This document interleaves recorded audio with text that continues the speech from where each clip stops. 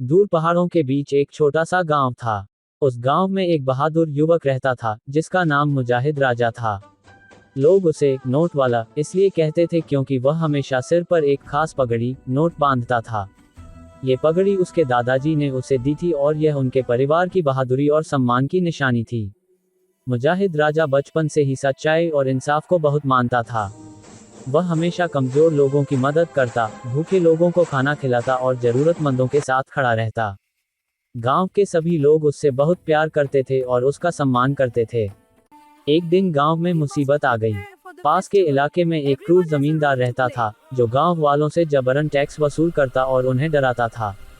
वह अपने गुंडों को भेजकर लोगों के घरों से उनका अनाज और पैसा छीन लेता था। गांव के लोग बहुत डर गए थे और कोई भी उसके खिलाफ बोलने की हिम्मत नहीं कर पा रहा था। जब मुजाहिद राजा को इस बात का पता चला तो उसे बहुत गुस्सा आया, लेकिन उसने गुस्से को काबू में रखा।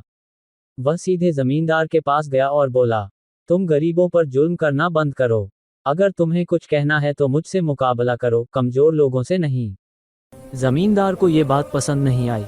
उसने अपने सशस्त्र आदमियों को मुजाहिद राजा पर हमला करने का आदेश दे दिया। मुजाहिद राजा अकेला था, लेकिन उसके दिल में सच्चाई और हिम्मत की ताकत थी।